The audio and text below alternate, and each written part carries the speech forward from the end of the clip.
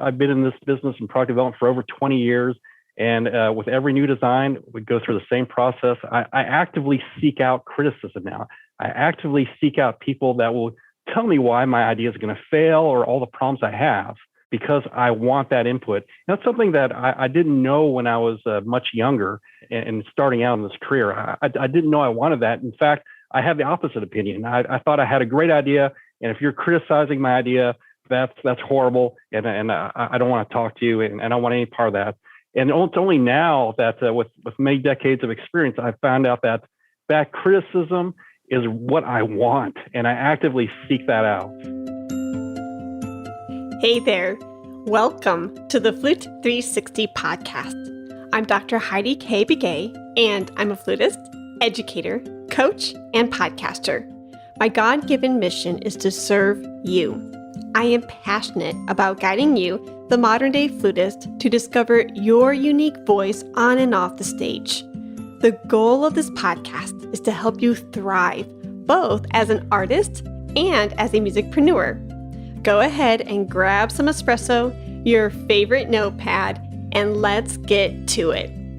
Today's episode 209 is titled Your Voice and Ideas Matter with Clem Kwok. Hey there. Welcome back to another Flute 360 podcast interview. I am here with my friend and associate in some ways, Clem Kwok. And Clem and I met actually through Mark Dooley. Mark Dooley is the inventor of the Win-D-Fender for the flute. And if you don't know about that episode, Mark and I talked about his amazing invention, the Win-D-Fender, in episode 40. And full circle, Clem is a huge integral part of that process. So I'm going to let Clem introduce himself, but he brings a lot of value today because we are rounding out this series all about your voice matters. And in tandem with your voice mattering, if that's a way to say it, in tandem with that, your ideas matter. Your voice matters, your ideas matter. And then Clem's going to take it one step further, and we're going to talk about bringing those ideas to life, bringing those ideas to market, and selling those ideas to people and your dream clients. So I'm getting ahead of myself, but I just wanted you to know that we are rounding off this series really well, and I can't wait to pick Clem's brain. Welcome, Clem. Yes, thank you very much, Heidi. And as Heidi said, my name is Clem Kwok. I'll give you a little bit of information about myself. I'm the managing director of a company called Argyle International Corporation. It's a design and development company. I am also part owner of Win-D-Fender that Heidi mentioned earlier. I have over 20 years of product design and develop experience. My undergrad is in mechanical engineering. I have a master's in business and finance. And I've taken a lot of graduate level computer programming classes. I've developed lots and lots of code and software that's used in industry today. So to sum it up, I'm pretty much a big nerd, and I like all these nerdy things. That's amazing. Yeah, well, thank you. And one of the reasons why I wanted to come on today, and thank you very much, Heidi, for allowing me onto your podcast, was I want to talk a little bit more about the design and development because I've met very many flutists and musicians through our work with Win-D-Fender. And I've got to say that flutists and musicians are one of the most creative groups of people that I know. And everyone has many, many great ideas. Yeah, that's so cool. Before we get into like flutists and musicians being creative people with a lot of great ideas, can we take one step back together? And I'm just kind of curious to bring the circle together. How did you meet Dooley? And the reason why I want to know that little nugget is just because like I met his wife, Christine Cleary, back in 2009. And then you met Dooley on your own terms. And then now here, 15 whatever years later, you and I are now in tandem with each other. And I don't know, I just love those moments. That's right. Yes. It's just amazing how you meet people and you're able to connect with people. So I met Dooley through a mutual friend of ours. His name is Patrick Reeves, and he's also involved with Win-D-Fender as well. And I believe he met his wife first through their yoga class, and it's just a chance happening in a chance class, and then they became good friends. And then shortly after, when Dooley had the idea of developing Win-D-Fender, that I became involved, and together we brought the Win-D-Fender from an idea to concept to market. Yeah. Oh, thank you for that. I love that backstory. And that's right. Christine is an avid yogi. I know she does a lot of marathon runs, but I totally forgot that she's a devout yoga practitioner. So that's amazing. Yeah, she's so friendly, and she's so friendly, extroverted, and it's just amazing how you just meet people, and you never know when someone important will be a big part of your life. It's just incredible. Yeah, it could just be a Saturday morning yoga session, and the next thing you know, you've got great people in your orbit. That's right. Yeah. Okay. So now moving forward, I didn't mean to cut you off. I just wanted to lay out the groundwork. So you've noticed by working with musicians, and since this is a flute show, working with flutists like Christine and maybe other musicians, that these are people who are very creative and have lots of ideas. Do you notice, like in dialogue with these creative artists, sometimes perhaps maybe somebody has a great idea, but they just don't even know how to get it out there? Or is there an aspect that gets them stuck in the sense of just keeping that idea on the back burner? Like, what's prohibiting them for even like attempting to put that idea out there? Yeah, that's a great question. And yes, absolutely. I hear from flutists all the time. They have idea for this or that, and they're great ideas. And really, I think what holds people back is just people have their own specialty, right? We all have our thing, and of course, flutists are musicians, and they're great at that. But not a lot of flutists have experience in product development and engineering and manufacturing and things like that. So I think that the one major thing that holds people back is just not knowing what to do. So hopefully, as we go throughout this talk, at least we can talk about some of the main points of product development. How do you do it? How do you bring it to market? And then from there, maybe you can start thinking, and perhaps you can even contact the right people and start developing a plan to move forward. Yeah, I love it. So let's say the flutist has a particular idea about a flute gadget, for example, Win-D-Fender. I'm sure going through, I don't know if you're familiar with like Walt Disney's 3 steps, where like the first step, you can just like throw out any idea, anything goes, kind of like the fantasy realm. Have you heard of something like that? And then basically going through the steps, then you kind of fine tune that idea into said product or offering? Sure, absolutely. I'm not exactly familiar with Disney's 3 steps, but currently in industry and design development, we all have pretty standardized processes in place. And you're right, the first step is usually what we call an initialization phase. And then we usually think about requirements, kind of very high level requirements and what do you want to do. So for example, if you're going to design the Win-D-Fender, the Win-D-Fender is a device that allows flutists to play in windy conditions, both indoors and outdoors. So you start throwing concepts out there, and you start trying to come with high-level requirements. For example, this device has to be able to fit on a flute, and that's obvious. But should it be able to fit on a piccolo? Should it be able to fit on a saxophone, for example? Should it be able to fit on other instruments? And so you start having these very high-level requirements. So, for example, we know that the flute itself has some weight. So if you put an accessory on it, you don't want this to be too heavy. So you start coming with other requirements like, well, this device needs to be kind of light, right? It can't be too heavy or the flutist's arms will get tired. So that's usually the first phase. And usually in that phase, we just have very high-level requirements, and we start brainstorming ideas out.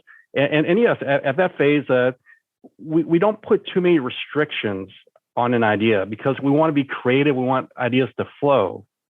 Yes, I'm going to cut you off right there. because that's like phase one of this Walt Disney system that I referenced earlier. So phase one is the dreamer, not putting any rules on it, just dream big. And then the second phase is the realist. And then the third is the critic. So I'm wondering if like what you're going to hint at with your system of like in your world of development and marketing and putting it out there, things like that. I wonder if there's a very similar like lineage here that goes hand in hand. Sure. Absolutely. So in terms of product development that you might see in the automotive world or in heavy trucking or in the construction industry, those are some industries that I've worked in. Yeah, we usually think about brainstorming. You come up with several different ideas. And then the next step is we start developing this idea. And we have this whole phase called concept phase. And I want to maybe list out a couple things that are important in this concept phase.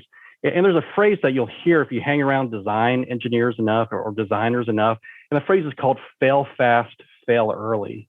So the idea behind that is the earlier and quicker that you find issues in your concepts, the cheaper and easier it's going to be to fix them, right?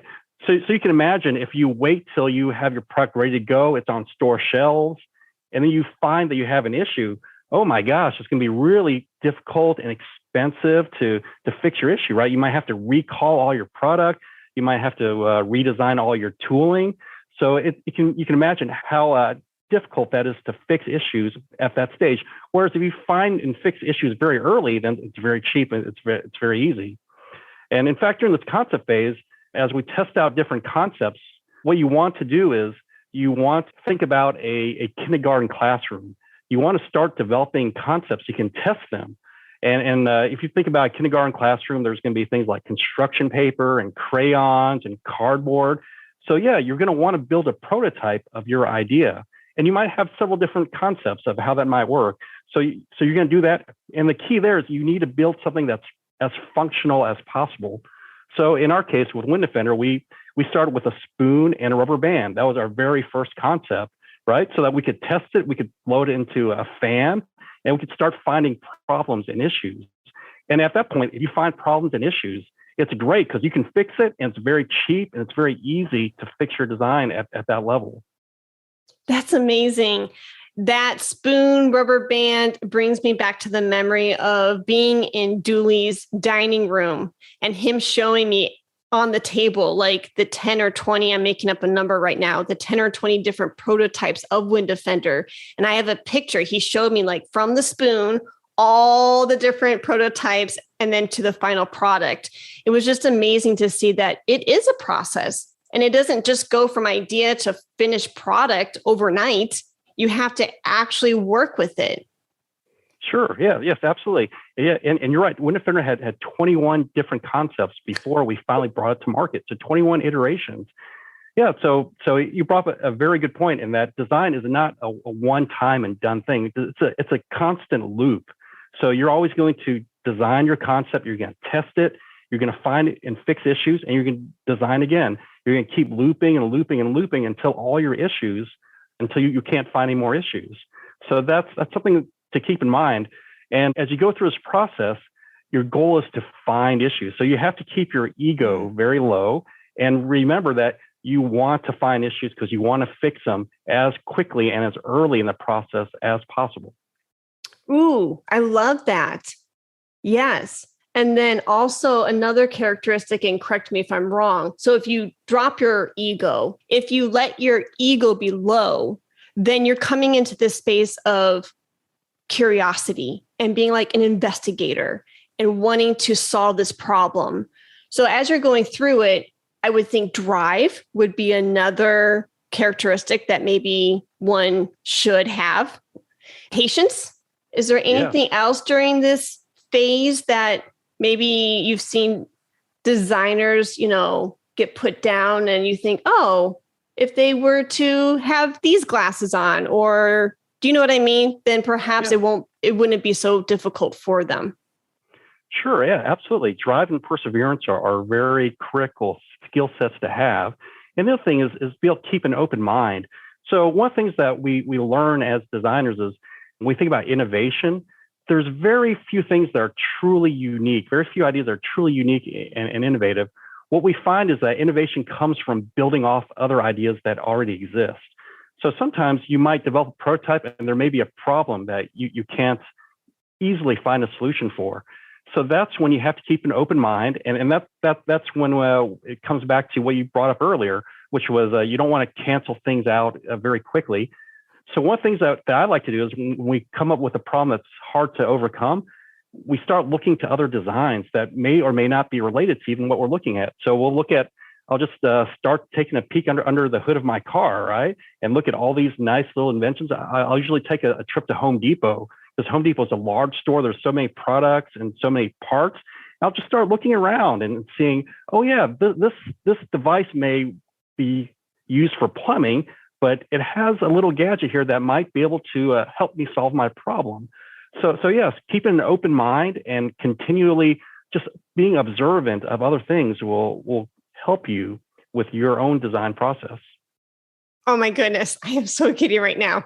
So you literally get into your car, drive to Home Depot for inspiration to say, this, like what you said, this plumbing tool isn't really like, I'm not going to use it in the traditional sense, but it has an aspect that I could utilize over here for the product that I'm designing.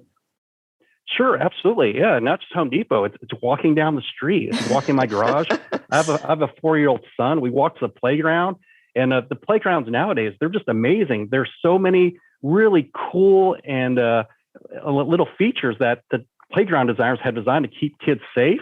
And maybe those things don't apply directly to your product and your idea, but you may be able to gain something or build something off of that. So yes, this idea of looking at other things and being open to the world around you, that's really going to help you with your design and concept process. Wow.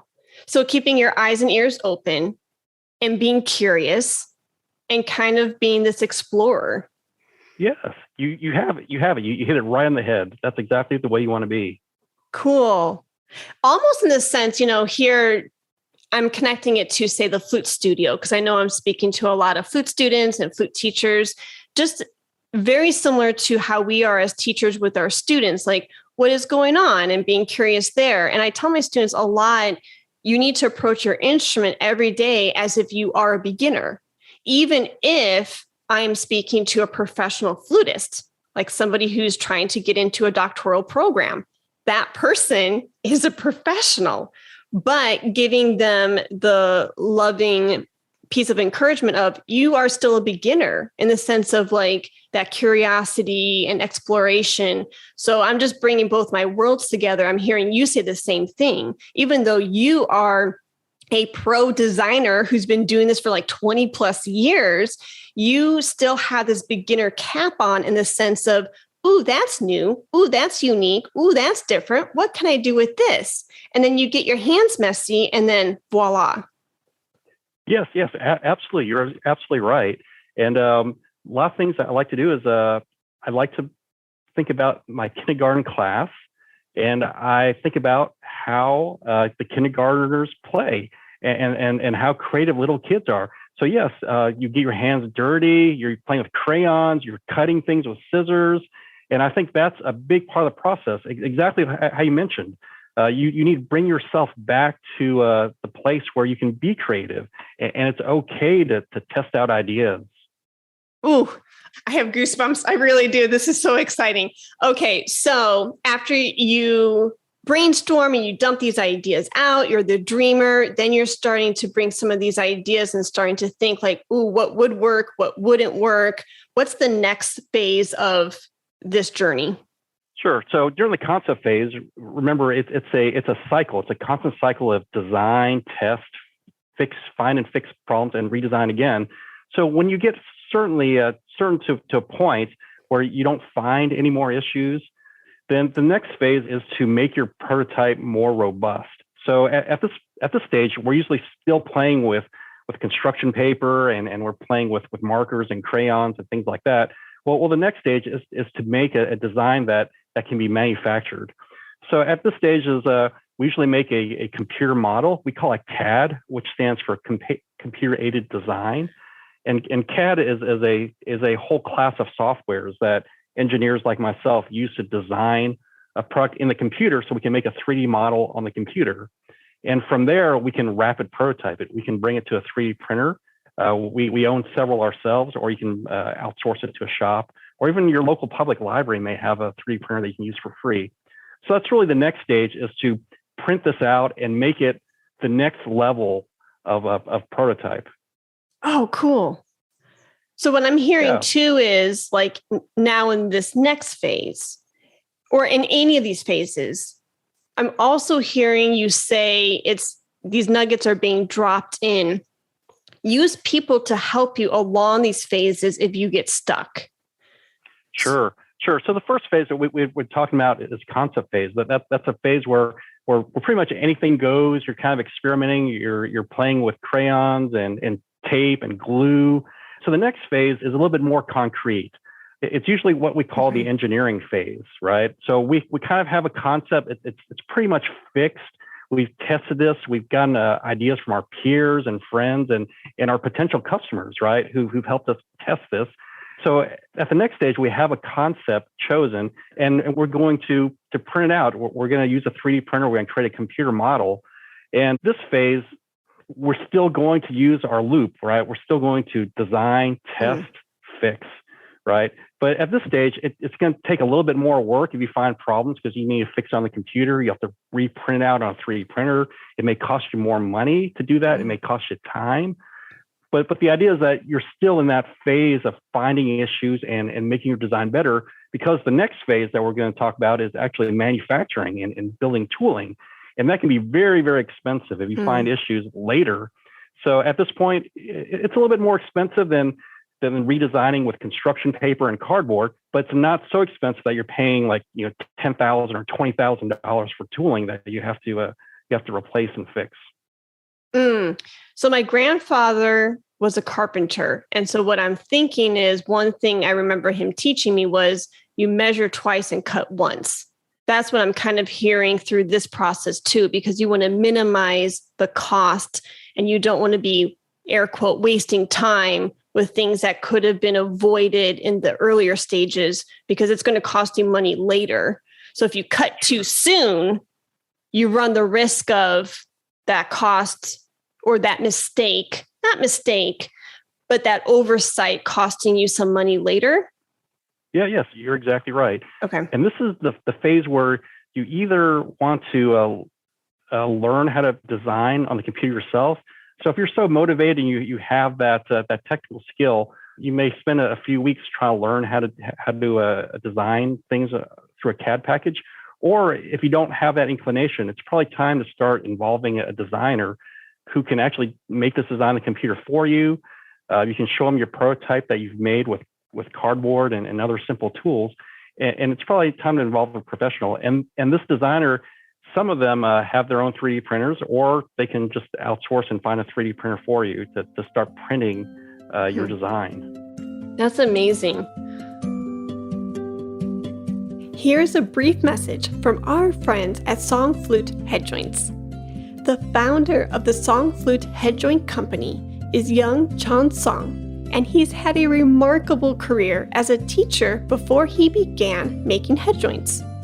He established his Korean company in 2009 because of his love for music and flute making. Later in 2010 and 2011, he learned more about the craft of making headjoints from the Altus flute founder, Tanaka Tsuchi. After this instruction, Mr. Song furthered researched the different kinds of metal alloys, especially how each alloy's difference changed the character and color of the sounds.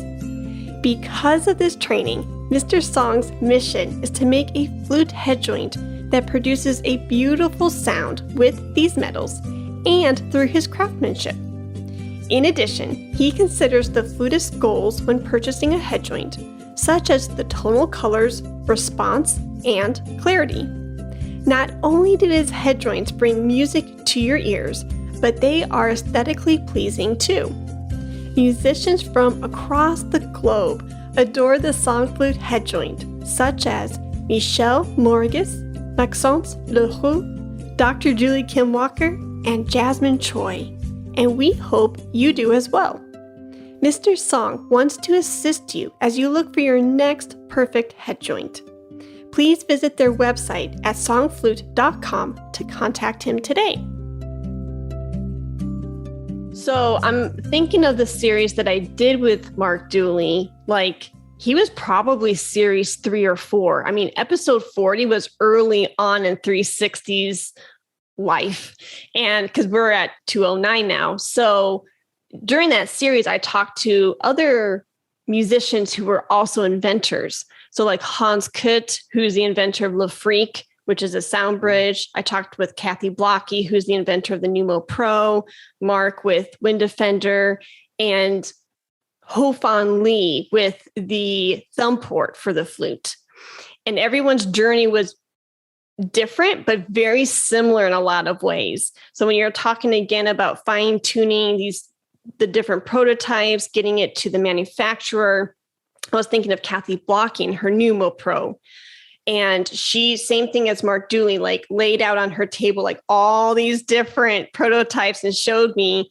And one was like this material, let's say, I don't know, plastic. Then she realized it can't be plastic because the shape of it made it really expensive or something like that. So then they had to switch to another type of material. So anyways, I'm just connecting the dots in my head. And for other 360 listeners who hadn't maybe listened to that series, it really is like a full circle in my head right now. Sure, absolutely. And then from a business perspective at this stage, not only do you want to start maybe finding a professional to help you move forward with your design, but you should also start thinking about the other parts of product development, which is sales and marketing, distribution, maybe setting up a company. Do you want to run an LLC? So quite often when people have ideas, they spend a lot of their time just diving in a rabbit hole and developing a product. But if you really want to bring this product to market, what's really important also is developing we call it a marketing plan and marketing research. So, you have this great idea, but do people really want to buy your product, and how much are they willing to pay for it, right? And how many are you going to sell a year, do you think, right? So these are all very important. And what helps you at this stage is a business plan. And then I like to suggest that all people that want to continue moving their idea and building a business is to contact SBA, that's Small Business Administration. It's run by the government. They have a lot of free resources to help you start your own business. There's another organization called SCORE, SCORE. It's an all-volunteer nonprofit organization. I don't know if it's all volunteer, but most of the people working there are volunteers. They will set you up with a mentor to help answer your questions, to help guide you on your journey. They also have a lot of resources for either free or very low cost. They have a lot of classes. For example, they'll have classes on the legal aspects of creating a business. And when I was going to these classes, they were around $5 or $10 a class, and some of these even offered lunch. So they're very inexpensive ways to help you. And again, SCORE is all mostly volunteer, and they'll assign you a mentor as well that will help you on your journey, help you answer questions and help guide you. So I think these are, at this stage, it's very important to start reaching out and start thinking about some of these other things besides just your idea, besides just refining your idea. Oh, yeah. So what I'm hearing you say that I think is golden is to do your research. Like, would people actually buy said product? Because there's no point in spending $1 million in hiring a designer team and buying all the material and sending it to the factory to start getting printed if no one is willing to purchase it. That's right. That's right. Or they may be willing to purchase it, but they're not willing to pay a lot of money for your product, right? Okay, I see. Yeah, absolutely. But yes, you're absolutely right. All the things you're saying are absolutely dead on. Huh. So doing your research and just being aware of price points, the industry, what your clients may or may not want, it all factors into the process. Sure. And all these things that you're bringing up, they're all part of a business plan. A very good business plan will address all these things. And if you go to the SBA or you go to SCORE, they'll have really good business plan templates that will help guide you on your research, on doing your research. Ooh, thank you for those two resources. Yeah, I will definitely put links in the show notes below. So because you've been doing this for so long, speaking of business plans, outside of those two resources, is there anything that you notice, creative artists, where we get stuck in the sense of building a business plan? Like, is there something to avoid, something that is like a gold nugget that you want to share when it comes to building that plan? Sure. My thought is your initial drafts stay very high level. You don't want to get stuck very early in the process, right? Stay very high level so that you can finish your business plan. It's very easy to for any of these steps to get into the weeds, right? And you find that you never make your way out of the rabbit hole. So stay very high level, and then you continue to refine your business plan. In a very similar manner, you continue to redefine your design, right? You also continue to redefine your business plan and your business. And that's really where it helps to have professionals come in and help you, having a mentor from SCORE or SBA, the Small Business Administration, to help you with this process. Because it's kind of intimidating when you're doing this for the first time. There's a lot of things to think about, and you may not have done a lot of these steps before. Having a mentor and having someone guide you is really important. Oh, yes, I couldn't agree more. And this side of, being a musicpreneur, being a musician who is thinking and acting more entrepreneurially, this is the stuff. This is the knowledge and this is the information that I wish they would teach more so in the music programs, because us as musicians, we know how to teach our instrument, we know how to play it, we know how to analyze the music. But when it comes to the business side of things, perhaps, your music program didn't equip you with SBA resources and SCORE resources and mentioning a business plan.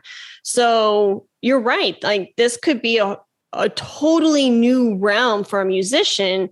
But what I'm hearing you say is, don't let that deter you. Don't let that take you back and say, oh, because it's new, I don't want to, it seems scary or overwhelming. Pull people into your orbit, ask for help, because there are experts in this realm to guide you. Yes, absolutely. And don't be ashamed of doing that and asking for help.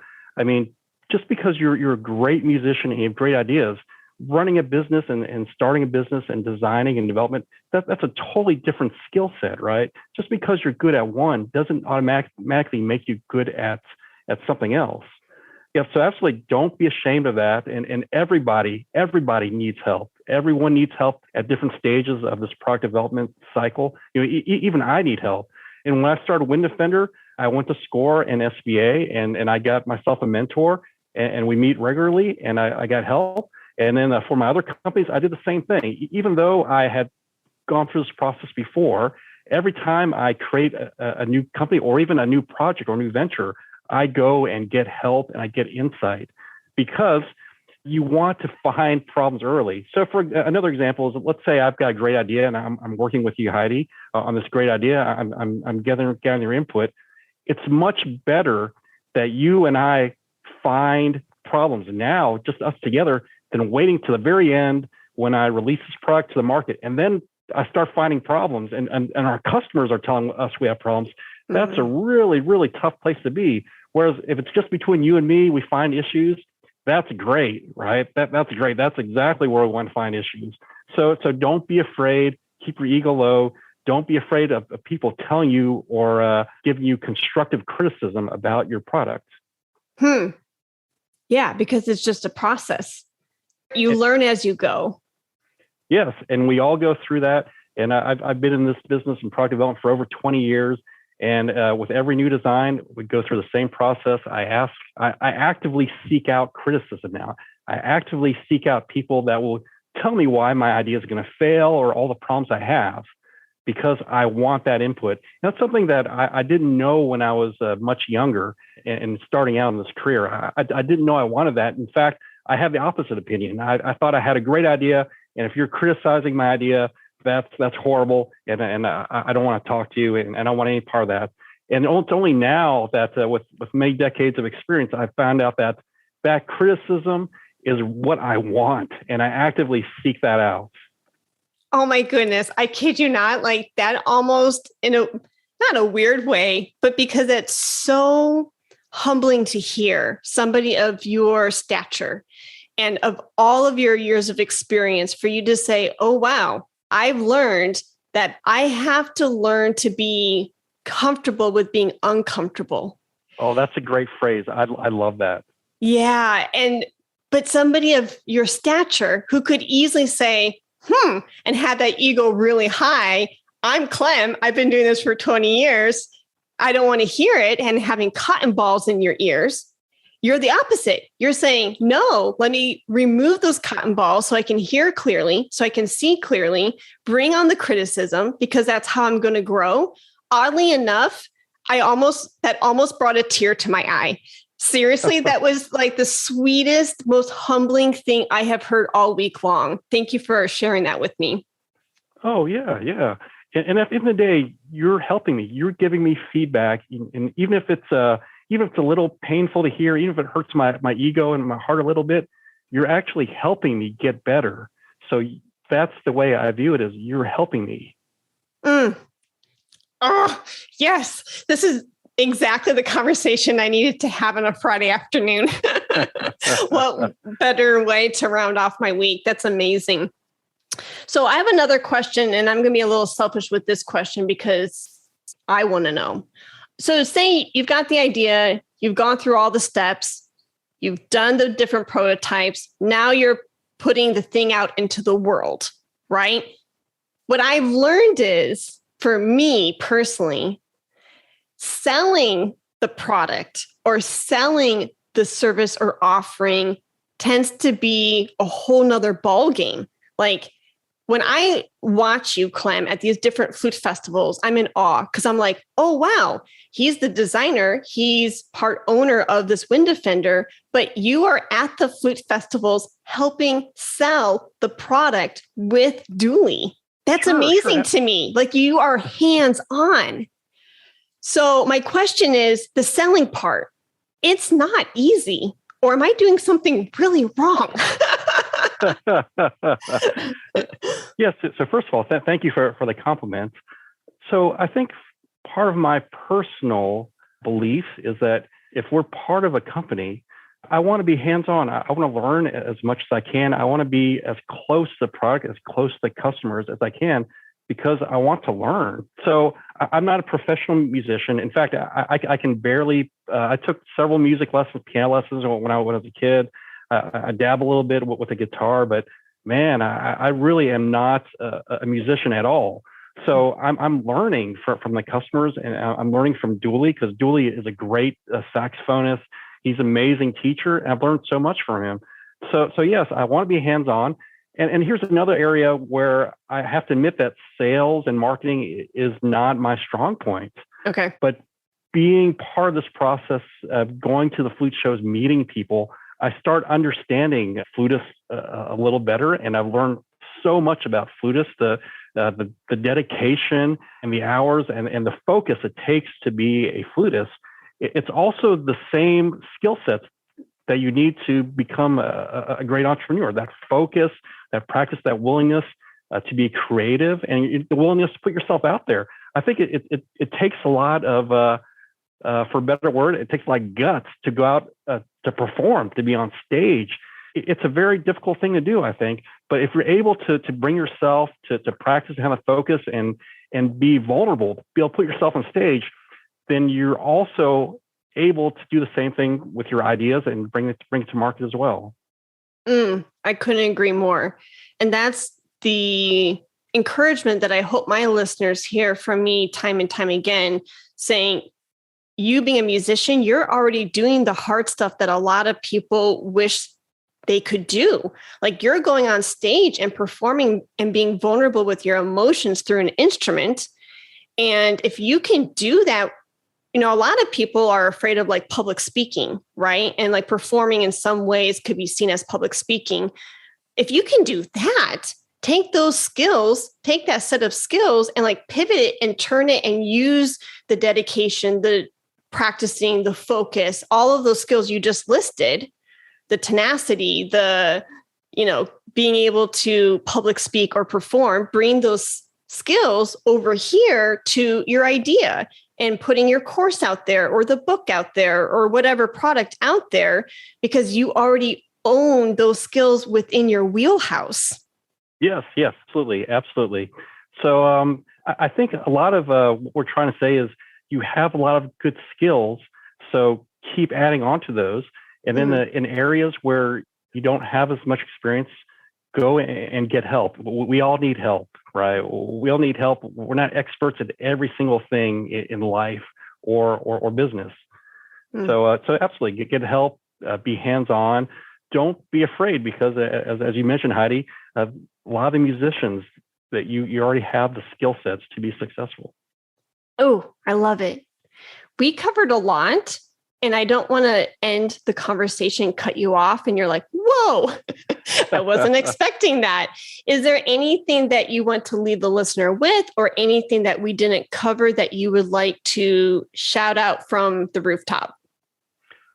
No, I really think we've covered the topics. A couple of things I just want to reiterate is as you go through the design and development process, it's a process, it's a cycle of design, finding issues and fixing them, and then redesigning.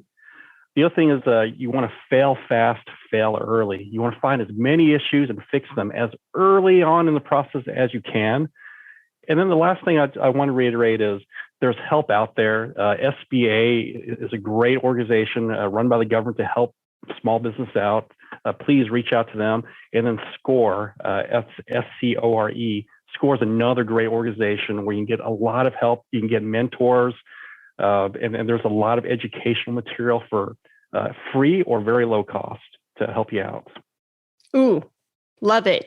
So I don't want to offer you up, but if somebody was really resonating with what you said and they really jammed with you and they had an idea and they said, ooh, I want to hire Clem to design XYZ. Do you have availability? Is this something that's an option or no? Sure. Absolutely. So to be honest, our business, we tend to do jobs and contracts for other businesses. So being able to hire us may be a little expensive to use us. But if you have any questions, please feel free to reach out to me. I'll help you as much as I can. And I love sharing my experience. I love design. I love product development. It's a passion. It really is. It's a big part of my life, and I love sharing that.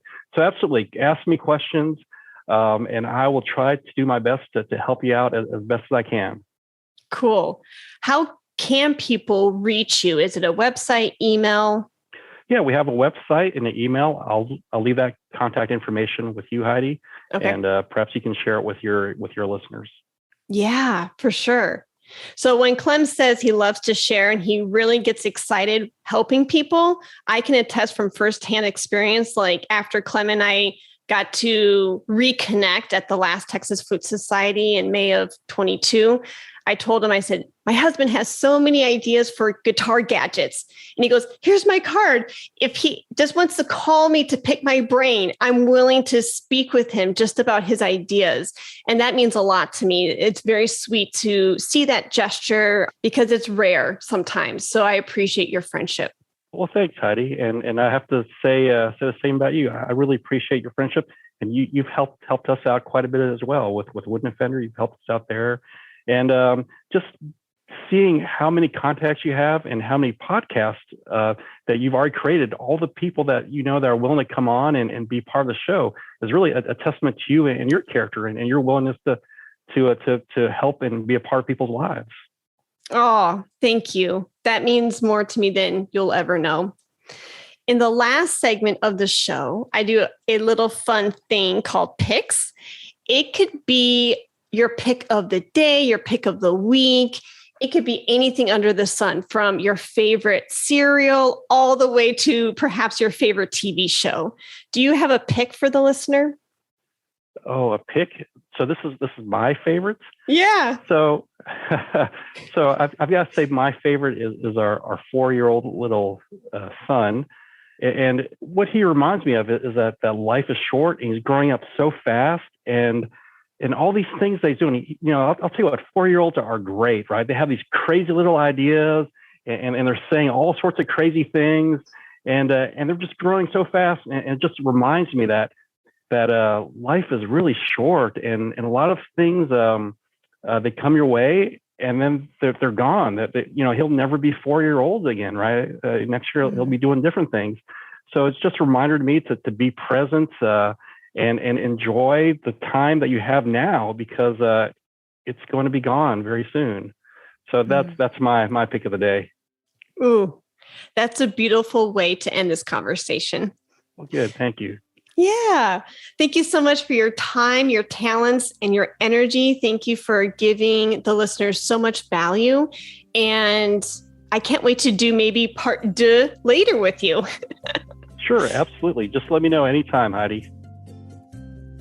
Thank you for listening to the Flute 360 podcast. Please go to HeidiKBegay.com/contact and let's connect. If you need guidance in terms of your musical career, please do not hesitate to reach out.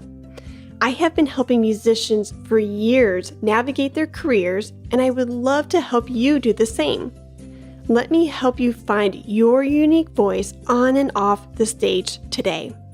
Schedule a 15-minute discovery call to see how I can help you. Please go to HeidiKBegay.com/contact or calendly.com/HeidiKBegay, and let's talk. The links are in the show notes below. Talk to you soon. Let's talk about flute.